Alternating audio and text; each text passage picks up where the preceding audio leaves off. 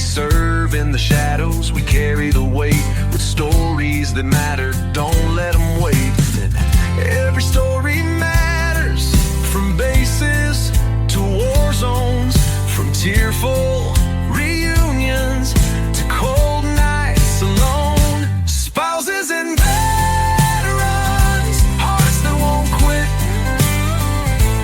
telling the truth about all of it. Hello and welcome back, everyone. It is just another day in the life as a military wife, and we have reached that wonderful time of year where I get to tell you about all of the fabulous books that I have read throughout this year.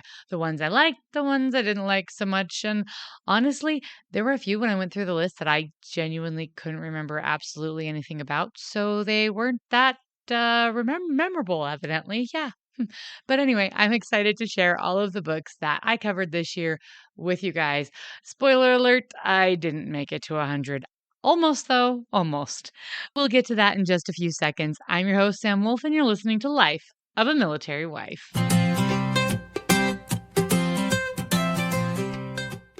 So this year, instead of going through all of the books that I've read and doing it chronologically, which I feel is just a lot less effective and a lot less helpful to everyone.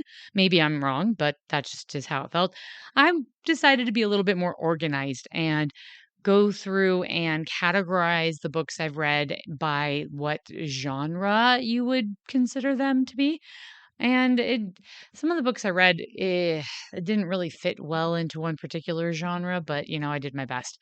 So that's how I'm going to go over them this year. I read about 90 books this year, but at the same time, it was it would be more if you considered the books I read twice. I had the same issue this year that I've had in previous years where there was some books I read that were just very, very intense or mentally demanding. And afterwards, I needed something that was familiar, that I already knew how it was going to end, that wasn't going to be stressful, or it was a light, easy read. I'm also including the read alouds that I do with my kids. I'm not including the picture books because if I included every picture book I have read to baby cuteness this year, I probably have read 200 books. So picture books are not included, but just trust me, there's tons of picture books. And if you want recommendations on really good books for like little kids, picture books particularly, please let me know. I'm more than willing to give you book recommendations. I love books. We've got more bookshelves in this house than we do people. Yeah, you can tell I love books. So, we're going to jump into my list now that I have rambled for quite a bit. And we're going to start with the nonfiction memoir self-help category. I know, super specific, right? But there was still a good amount of books, and this was a good way to make one category for them. And starting with that, we've got issues from Dr. Phil. In this house, we giggle. Great Battles for Boys, World War I. Be Safe, Love, Mom. Parachute Infantry. Another Move, God by Beth Runkle. Seven at Sea by the Ortons. Let Them Be Kids. And The Mysterious Case of Rudolph Diesel. Now, I'm going to be completely straight up. I loved almost all of these books. Parachute Infantry was really hard. It was a very honest, in-depth, detailed memoir from the Band of Brothers, one of the survivors, one of the members of the Band of Brothers. And it was first person and it was very detailed and it was intense. And there are some parts that are just intense because it's World War II. So, would I recommend that one to everyone? No. If you are a military spouse, I would completely 100% recommend Another Move God, Be Safe, Love Mom. Those ones I would do. And there's another one that somehow got categorized somewhere else, but it was the one, oh, it's another one that we're doing for the book club, and it's a memoir. And let me grab it right here. I've got it. Haha, grabbing it right off my bookshelf to read it to you. It's Holding On and Letting Go, A Life in Motion by Lindsay Swoboda. That one was really good too. For some reason, it didn't get on my list. So, 91 books. Yay! Okay. I would recommend all of these except for maybe Parachute Infantry. That's reader advised. Quite a few of these are going to be in the book club. So I think that tells you a lot about what I think of them if I'm going to put them in the book club. The next one is Children and Middle Grade, and that would be from the Mixed Up Files of Mrs. Basil E. Frankweiler. Really good book. That was a read aloud with the kids. Five Children and It, also a read aloud. A Bear Called Paddington, Mr. Popper's Penguin, Paddington Helps Out. More about Paddington. You could tell we got on a Paddington kick. Oh my goodness, baby cuteness loves Paddington now. That's all I gotta say. She hasn't seen the movies yet. We gotta show her the movies. My Side of the Mountain, The Lightning Thief, Harry Potter and the Sorcerer's Stone, Harry Potter and the Chamber of Secrets, Harry Potter and the Prisoner of Azkaban, and Harry Potter and the Goblet of Fire. My kids are finally up to the fourth Harry Potter book. They're very happy about that. But we read those pretty much every year as a read aloud with the family.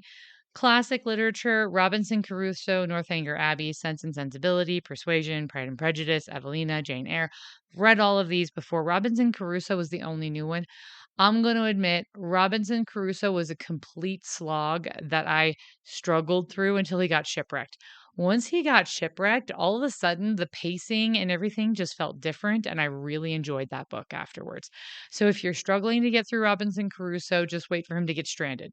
It all gets better once he gets stranded. And I know that sounds weird, but it's true. The rest of those are mostly Jane Austen, and they're all like Regency era romancy ones, and I love them. Evelina was Jane Austen's favorite book, so go check that one out. It's a really good one. Jane Eyre, also classic, love that one. Actually, that's the only Bronte book I like. I know you can come at me in the comments for that one. I won't be offended. I know some people love the Brontes. I'm not a huge fan of all the Bronte sisters. I'm not.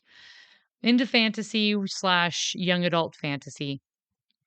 North and Be Eaten, On the Dark Sea of Darkness, Monster in the Hollows, and The Warden and the Wolf King are all the Wingfeather saga. I'd consider those more middle grade, but I was told they were YA. I don't completely agree. They're great and wonderful. We did those as a read aloud, and my kids loved them. They are fabulous. I'd recommend them to any family. They're just really good books. Finally read The Last Unicorn, and it was good. However, the reason why I read The Last Unicorn is because the author of The Last Unicorn, who wrote that ages ago, came out with a new book, and it's I'm Afraid You've Got Dragons. And oh my goodness, that book is amazing. I love this book. I have recommended it to so many people.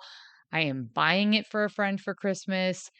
And yeah, I'm Afraid You've Got Dragons is one you've got to check out. Same author as The Last Unicorn. Dragon Slippers, Dragon Flight, Dragon Spear. Those are all ones that my daughter got into, and so I was reading them with her so that we could talk about them, and I really love doing that because I feel like it builds a bond. The Faceless Mage was fine. I started it. I didn't finish the series because I lost interest. It was good. The Faceless Mage was good, but like after that one, it started to get really dumb, in my opinion. So, yeah, my opinion. Then we get into the historical fiction. These are a lot of read alouds again with my kids. Not all of them, but some of them. Rifles for Wadey and Johnny Tremaine, both read alouds with my kids. Those are Civil War and Revolutionary War era ones. Hometown Vendetta by Tracy Hunter Abramson was just a fun one I picked up. Exodus by Leon Uris was a recommendation. Healer's Apprentice was fine. I really think it's more geared to like an 11-year-old girl. Heiress of Winterwood was okay. Mistletoe Countess was interesting. It was one of those lighthearted YA ones, and it's a series. Mistletoe Countess, The Cairo Curse, and The Juliet Code are all a series, and they're lighthearted, fun little romances, and they're good. Under the Blood Red Sun was another read aloud. A Voice in the Wind. I don't even remember reading. But evidently I read it, everyone, and I don't even remember really what it's about. So take that as it is.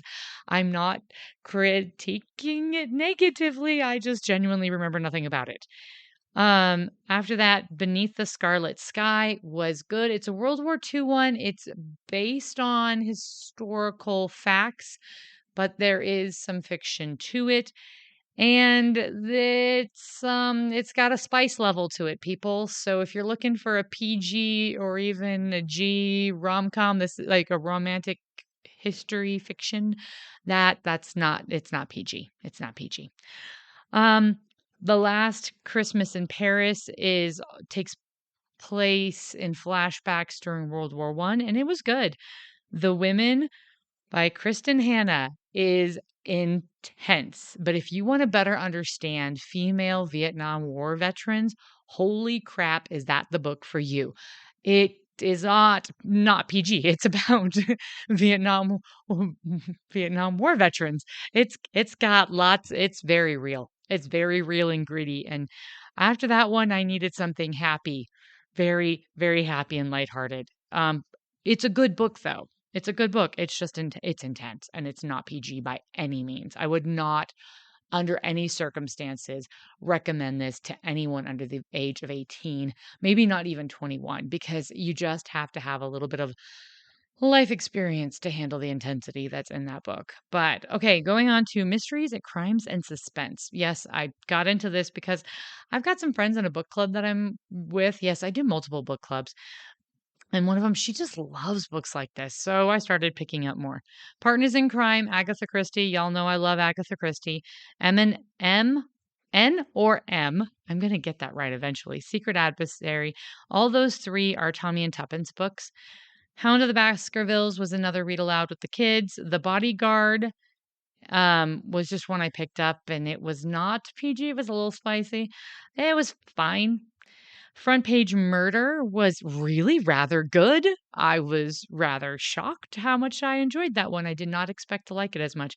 It's a World War II era novel, but it's all set in the States. The Mistletoe Murders, books 2, 3, and 4. I read the synopsis for one, but couldn't get it in time and didn't want to wait. The Murder of Mr. Ma was really rather good. Edwardian crime flick novel. It was good. Discworld, because you know I go back to the Discworld every now and then. Terry Pratchett, love that guy.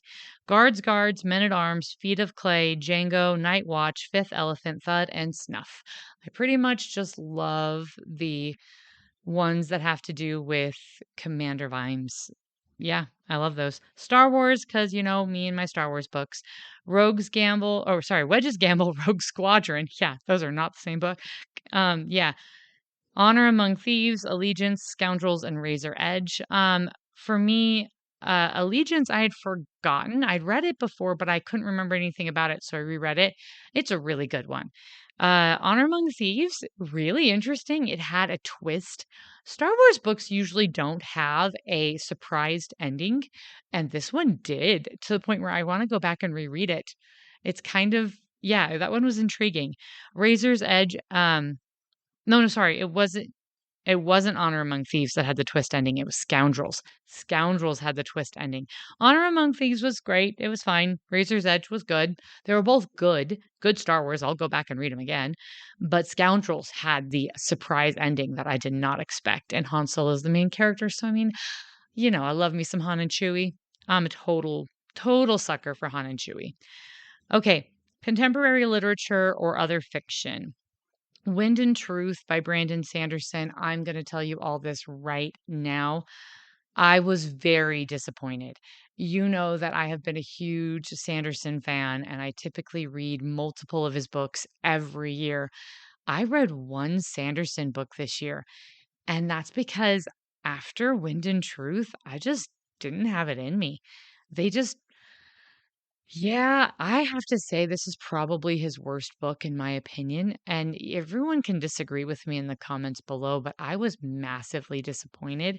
I just did not feel like the characters held the same amount of weight. The ending felt really anticlimactic and like a letdown and very disappointing. I don't get the direction he's going anymore. I felt like I could really feel it. There was like a vibe before, and it just feels like he's lost that vibe. I'm not saying he's a bad writer. He's not. I'm not saying all his books are terrible. They're not. But this is just this. it took this wind out of my sails. I have not picked up another Brandon Sanderson book all year because that one was just such a letdown. So take it as you will. That's how I felt about it. The Christmas Love Letters was a massive letdown. Oh my gosh, I'm not even sure why I finished that book. There was quite a few books, by the way, this year that I started and I just quit on because I'm like, yeah, nope, not worth my time. I'm not even going to bother to put this on my list. This one was at the beginning of the year when I was still gung ho to finish as many books as possible, so I slogged through it, but it just was not my vibe. It's set in England. It has to do with complicated divorces and marriages and custody battles and romance stuff, but it just wasn't I didn't enjoy it. I did not love it. Um okay, from there we have Keeper of Happy Endings, not PG people. This has got a spice level to it. It's a good book. I actually was reading it for a book club and I totally called the ending well before anyone else did because we were reading in installments. Oh, and we were meeting up each week to talk about it. And I totally guessed the ending, and everyone's like, "Nah, that can't be the ending." Sure enough, I was right. Totally right on it. Yeah, some spice level. There's steamy scenes in it, so don't hand this to young ones if you don't want them reading that. It's set in World War II and in the present, so it's got flashbacks. It's good. It's good. When We Had Wings, also World War II, but this one's set in the Philippines about some army nurses. It is very true to form. It fits very, very true to what exactly happened in World War II in the Philippines to those nurses who were prisoners of war. It is not gruesome, but it does not pull punches. And but at the same time, it wasn't unpleasant. It was a very good way of presenting factual inconvenient truths, things that really happened to amazing women. There are some really incredible army nurses who did fabulous things to save lives as prisoners of war in World War II, and I love that this book is a tribute to them. So it's a good one to pick up. The next one is In a Book Club Far Away. This one's about military spouses. It's got a spice level too, people. Wow, I ran into so many spicy books without realizing it this year. And I'm not a spicy book person. And if you don't know what I mean by spicy book, it means it's got um romantic, steamy content, bedroom stuff. And I'm not a huge I'm not a prude, but at the same time, it's not always my jam. I just don't really like all that. Yeah, In a Book Club Far Away has a little bit of that, but it covers a lot of very uh, adult concepts, adult problems. So it's again not one I would hand to kids.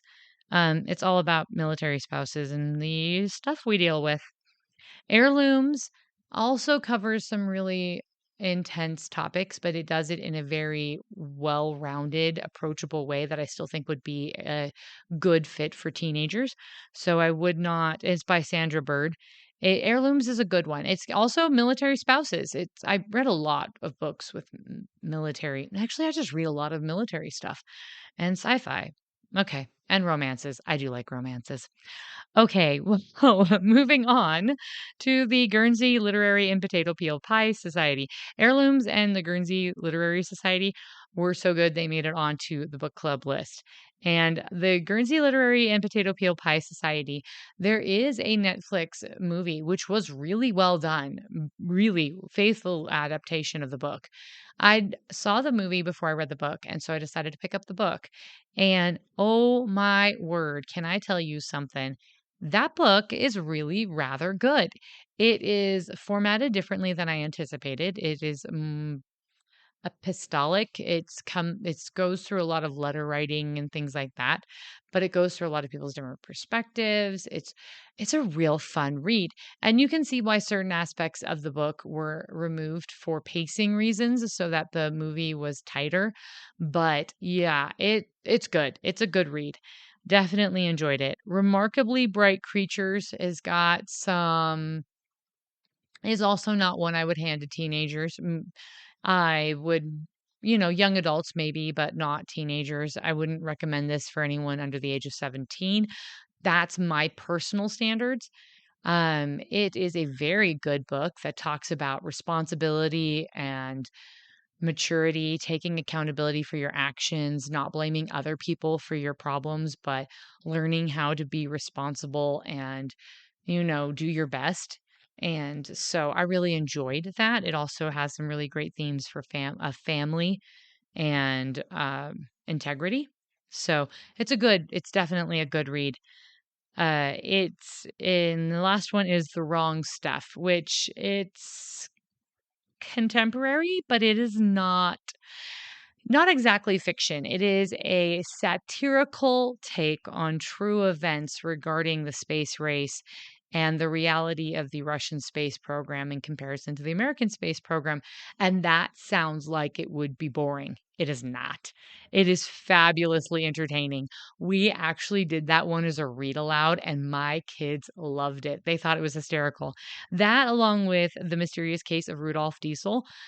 Okay, The Mysterious Case of Rudolph Diesel is the true account of Rudolph Diesel and his contemporary inventors and businessmen and politician, as well as what is believed to have possibly happened to him after his disappearance. Because if you don't know, the inventor of the diesel engine mysteriously disappeared just before the outbreak of World War One, where his engines were massively important. And the diesel engine has had historic ramifications worldwide in its usage. I never thought that the life story of the inventor of an engine would captivate me or my children, and it absolutely has.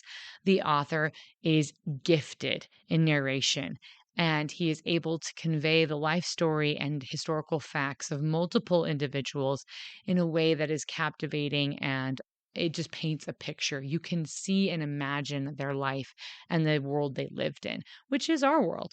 So I love books like that teach as well as entertain, and that is definitely one of them.